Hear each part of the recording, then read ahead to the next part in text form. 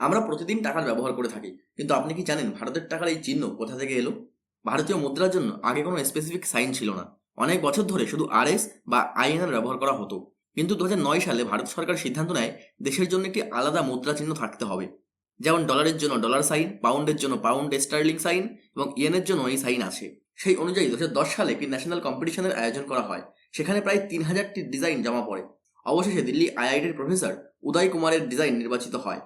টাকার এই নতুন সাইন আসলে দেবনাগরী র এবং রোমান আর এর মিশ্রণে তৈরি করা হয়েছে। ওপরে যে দুটি লাইন আছে তা ভারতীয় জাতীয় পতাকার সমান্তরাল স্ট্রাইপ, আর একই সাথে সমতা ও স্থিতিশীলতার প্রতীক। 2010 সালের 15 জুলাই সরকার আনুষ্ঠানিকভাবে ঘোষণা করে ভারতীয় মুদ্রার চিহ্ন হবে এই সাইনটি। এরপর ধীরে ধীরে note, coin, keyboard, computer software সব জায়গায় ঢুকে পড়ে এই প্রতীক। আর আজকের দিনে দাঁড়িয়ে এটা শুধু একটি চিহ্ন নয়, বরং ভারতের অর্থনীতির আন্তর্জাতিক প্রতীক। এরকম আরও ইন্টারেস্টিং ভিডিও দেখার জন্য আমাদের চ্যানেলটিকে সাবস্ক্রাইব করতে ভুলবেন না।